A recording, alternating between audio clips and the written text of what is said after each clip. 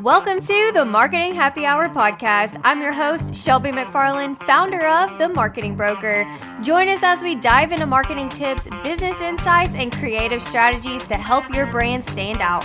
Whether you're an entrepreneur or a marketing pro, grab your drink and let's make marketing fun and effective. This is the Marketing Happy Hour podcast. Let's get started.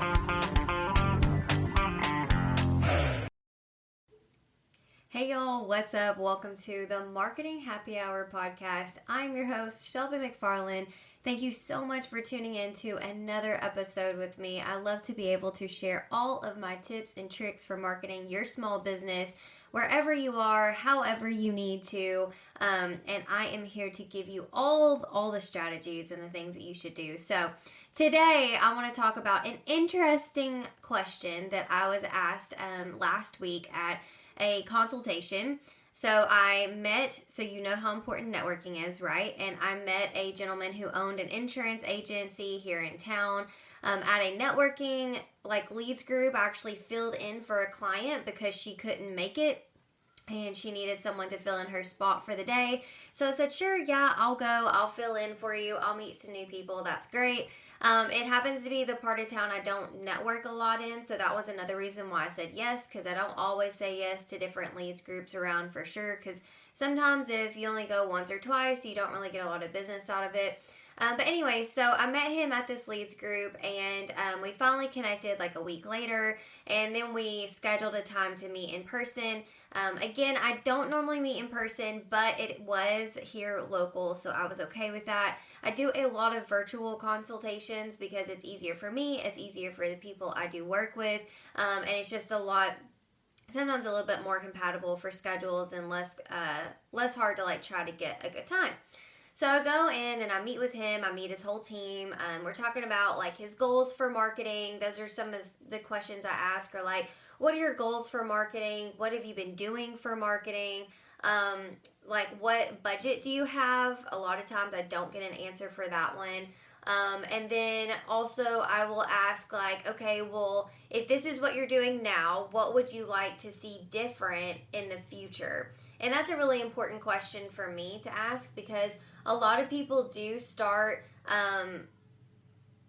they'll do marketing, but then they don't know what they like or don't like about it, right? They'll be like, well, I do social media, but it doesn't really work for me. Or I do a lot of networking stuff and that doesn't really work for me. And it's okay, well, actually, let's get down to if it doesn't work for you, so what would be the goal on the other side of that? What would have to happen for it to work for you? What would that result look like to you? So we went through all of these. He had a really good grasp on his marketing as a whole. He knows where he's going. He has his goals lined out for 2026. He knows what kind of budget that he's working with. He knows what he wants to make. So having that marketing budget, you have to know, okay, this is what my revenue goal is, or this is what I want to try to get to. This is my sales goal, that type of thing. So we went through all that, and I went through my proposal. I had my computer there. I'm setting it all up. And I'm explaining to him, okay, well, this is what I'll do for this amount of money. And he's like, okay. And then he comes at me with a question I have never been asked before. He said, so why should I choose you over somebody else? What do you do differently?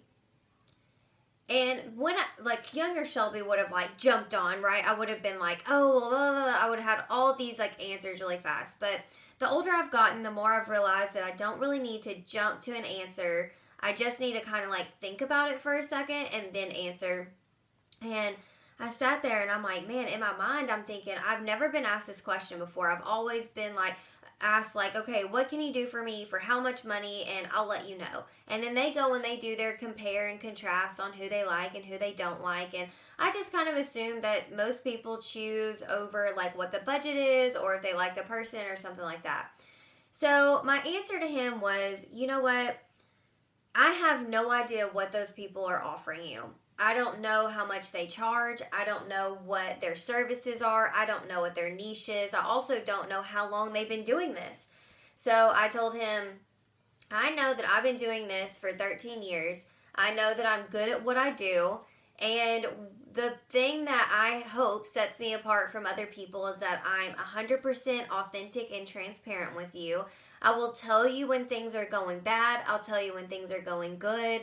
And then also, you have me as your salesperson. A lot of times you will have a salesperson and then you have like a point of contact.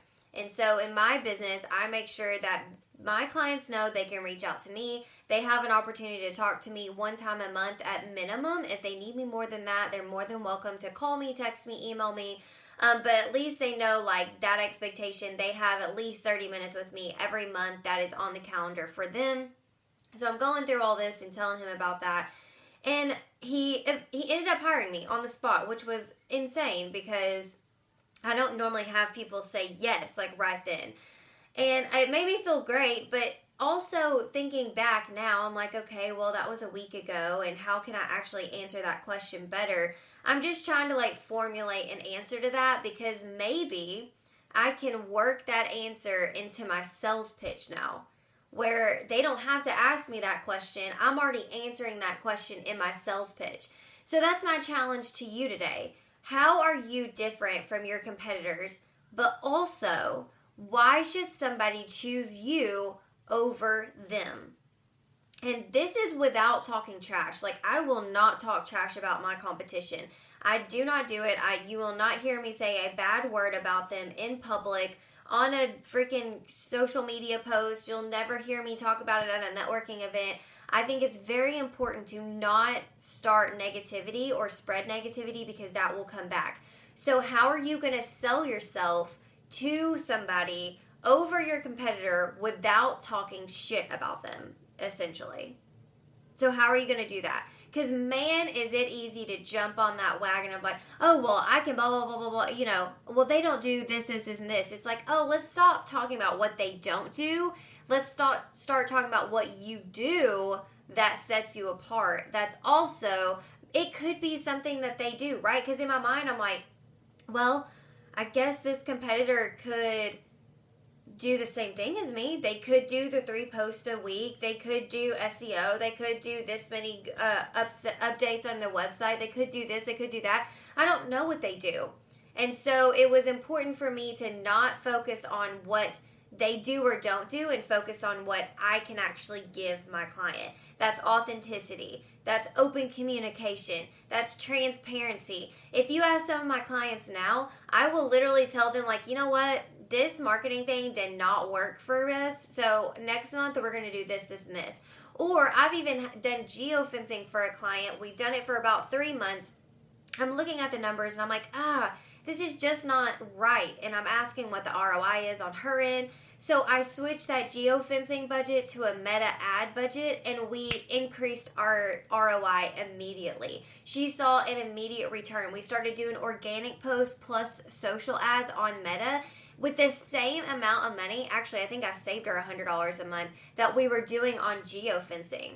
So those are the types of things that my clients can expect from me. And now that I've been asked this in an actual consultation, I'm like, you know what? I'm going to start selling myself that way. And those type of moments are so important to me. Like, how can I learn from that moment? I've been doing this for 13 years. And I just learned, like, oh, you know what? In my sales pitch, I should probably tell them, like, this is why you should choose me. Instead of, like, hey, these are the results that I've gotten. These are the things that I can do for you. And take that, but then layer it with, you also get open communication with me. You also get transparency. If things aren't working, I'm going to be straight up with you. You also get any kind of, I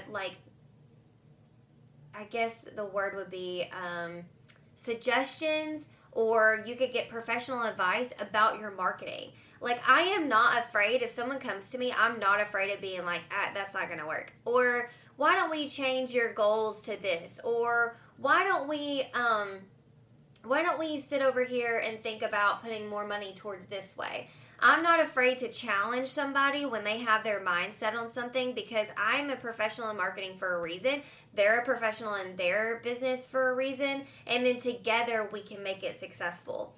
So again, your challenge this week, I want you to take this podcast. I want you to think about, how can I sell myself and tell somebody I am better than my competitors without saying the words, I am better than my competitors. I'll catch you next week on another episode of Marketing Happy Hour podcast. See ya.